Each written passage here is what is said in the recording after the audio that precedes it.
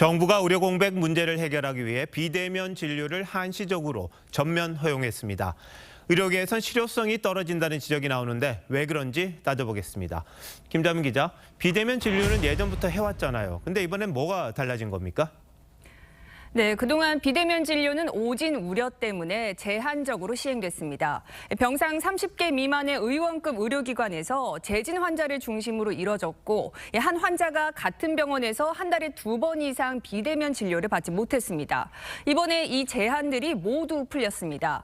초진 환자도 횟수 상관없이 비대면 진료가 가능하고 2차, 3차 병원까지 비대면 진료가 확대됐습니다. 그럼 모든 병원에서 비대면 진료가 가능해진 겁니까? 네, 환자가 원한다고 비대면 진료를 받을 수 있는 건 아니고 병원이 비대면 진료를 실시하는 경우에만 가능합니다. 건강보험 심사평가원에 등록돼 있는 비대면 진료 병원은 4,500여 곳입니다. 이 가운데 상급 종합병원은 2곳이고 2차 병원은 10곳에 불과합니다. 나머지 대부분이 의원급 동네 병원입니다. 비대면 진료 가능 병원 명단에 있다고 해도 실제 비대면 진료가 가능한지는 환자가 전화를 통해 직접 확인하는 수밖에 없습니다. 이른바 빅5로 불리는 상급 종합병원, 거기서도 비대면 진료가 가능한 겁니까? 네, 서울대병원은 비대면 진료 가능한 의료기관에 등록돼 있는데요. 이 기존 환자들 중 희귀 질환자 등만 화상 진료를 하고 있고 초진 비대면 진료는 하지 않는다고 밝혔습니다. 이 다른 상급 병원들도 아직 비대면 진료를 확대할 계획이 없다는 입장입니다.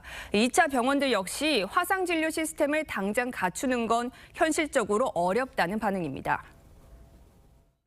비대면 진료라는 게 결국은 원격 진료, 화상 진료라고 생각되는 그런 플랫폼이 갖춰져야 되는 건데 이걸 갖추고 있는 병원이 사실상 없습니다.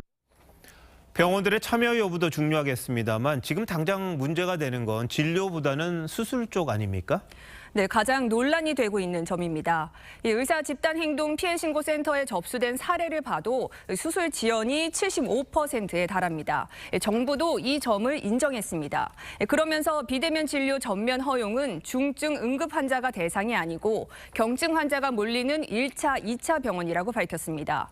환자 분산 효과가 있고 특히 아동병원 같은 곳은 효용이 높을 것으로 전망했는데 의료계의 얘기는 다릅니다.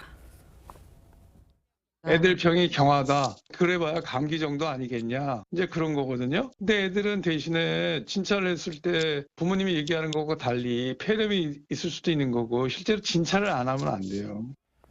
비대면 진료 확대가 또 다른 갈등의 소지가 되지 않을까 또 우려되는 부분이 있는데요. 근본적인 해결이 되지 않으면 이 또한 계속적으로 문제가 되겠네요. 김 기자, 잘 들었습니다.